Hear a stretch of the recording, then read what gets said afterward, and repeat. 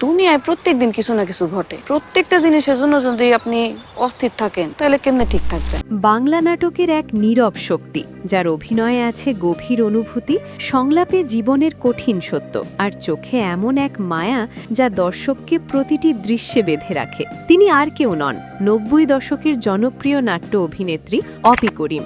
একসময় যার প্রাণবন্ত হাসি আর সাধারণ সৌন্দর্য কেড়ে নিয়েছিল লাখো তরুণের ঘুম। আজ আমরা জানব অভিনয় জগতের এই গুণী শিল্পীর বর্ণিল পথচলার গল্প। অপি করিমের জন্ম ১৯৭৯ সালের ১ মে। কিন্তু আপনি কি জানেন, মাত্র ২.৫ বছর বয়সেই তিনি টেলিভিশন পর্দায় সবাইকে তাক লাগিয়ে দিয়েছিলেন। জনপ্রিয় নাটক সকাল সন্ধ্যার পারুল চরিত্রে অভিনয়ের মাধ্যমে তার হাতেখড়ি। মিডিয়ায় তার প্রথম বড় কাজ ছিল কলকাকলি নামের একটি অনুষ্ঠান। তবে ১৯৯৯ সালটি ছিল তার জীবনের টার্নিং পয়েন্ট। লাক্স ফটোজেনিক প্রতিযোগিতায় বিজয়ী হওয়ার পর মডেলিং আর অভিনয় জগতে তার রাজকীয় পথচলা শুরু হয়। সুন্দর বলতে আপনি কি বোঝেন বলেন তো? মানে এই যে লম্বা ফর্সা সুন্দর ফিগার।